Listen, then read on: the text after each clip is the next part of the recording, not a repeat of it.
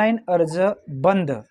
राज्याचे महिला व बालविकास मंत्री अदिती तटकरे यांच्या माध्यमातून स्पष्टपणे सांगण्यात आलेलं आहे, ज्या महिलांना स्वतः ऑनलाईन फॉर्म भरण्यासाठी अडचण येत असेल अशा महिलांनी अंगणवाडी सेविका, परवेशिका, ग्रामसेवक यांच्याकडून फॉर्म भरू शकतात व शहरी भागातील महिला वार्ड ऑफिसरकडून हा फॉर्म भरू शकतात।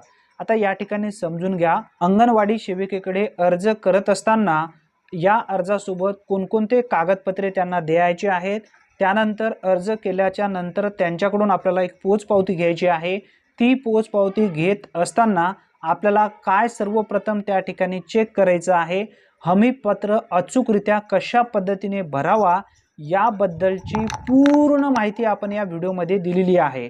सविस्तररित्या समजून घ्या मित्रांनो। मुख्यमंत्री माझी लाडकी बहीण योजनेचा अर्ज राज्य सरकारच्या माध्यमातून हा देण्यात आलेला आहे। याची PDF सुद्धा मी तुम्हाला देणार आहे। त्यासाठी अर्ज कशा पद्धतीने भरावा याबद्दलची पूर्ण माहिती संपूर्ण व्यवस्थितरित्या सर्वप्रथम समजून घ्या।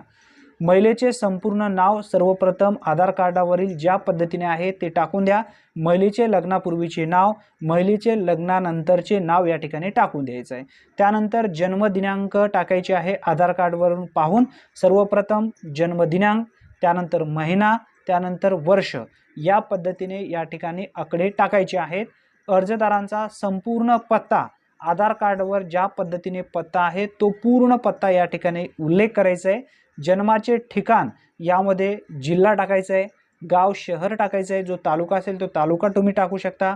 ग्रामपंचायत जी असेल तुमची ती ग्रामपंचायत तुम्ही त्या ठिकाणी टाकू शकता। जर तुम्हाला या ठिकाणी काही समजत नसेल तर अंगणवाडी सेविकेला तुम्ही व्यवस्थित विचारू शकता। जिल्हा टाका, गाव शहर टाका, ग्रामपंचायत, नगरपंचायत, नगरपालिका, जो गाव असेल तुमचं स्वतःचं गाव असेल तर त्या गावाचं नाव टाका।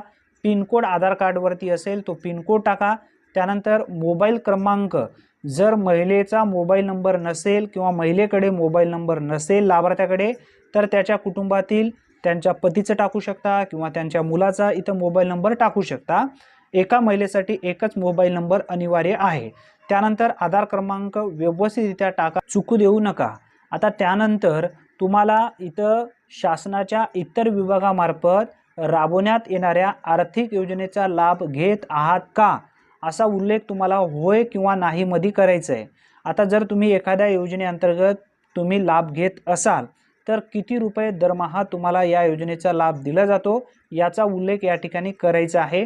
आता खाली विवाहित स्थितीमध्ये काही ऑप्शन दिलेले आहेत, हे ऑप्शन समजून घ्या मित्रांनो। यामध्ये अजून एक ऑप्शन ॲड करण्यात आलेला आहे, अविवाहित, विवाहित, घटस्फोटित, विधवा, परित्यक्त्या आणि निराधार असे या ठिकाणी तुम्हाला 6 ऑप्शन देण्यात आलेले आहेत। 6 पैकी एक ऑप्शन तुम्हाला या ठिकाणी सिलेक्ट करायचा आहे, ज्यामध्ये तुम्ही बसताय त्यामध्येच तुम्हाला इथं वरती लिहायचं आहे।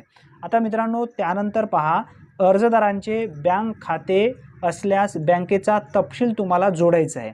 आता परत एकदा समजून घ्या, कारण एका कुटुंबातील अविवाहित महिलेला लाभ दिला जाणार आहे।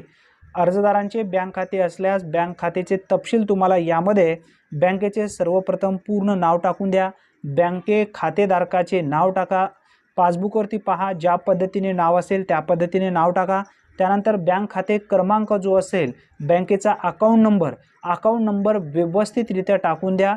त्यानंतर IFSC कोड बँकेच्या पासबुकवरती असेल तो पासबुकवरती तुम्ही IFSC कोड व्यवस्थितरित्या पहा आणि तो IFSC कोड या ठिकाणी लिहून द्या। त्यानंतर 10वा या ठिकाणी पॉईंट सांगितलेला आहे, आपला आधार क्रमांक बँक खात्याला जोडले आहे काय, होय असेल तर होय करा, नसेल तर नाही करा। आता पुढे समजून घ्या, नारी शक्ती प्रकार यामध्ये अंगणवाडी सेविका, अंगणवाडी मदतनीस, परवेशिका, ग्रामसेवक, वार्ड अधिकारी, सेतू सुविधा केंद्र, सामान्य महिला, गृहिणी यामध्ये काही ॲड करण्यात आलेले आहेत। आता मित्रांनो ध्यानात ठेवा, नारी शक्ती प्रकारमध्ये सामान्य महिला तुम्ही जर असाल तर सामान्य महिलेला टिक करा।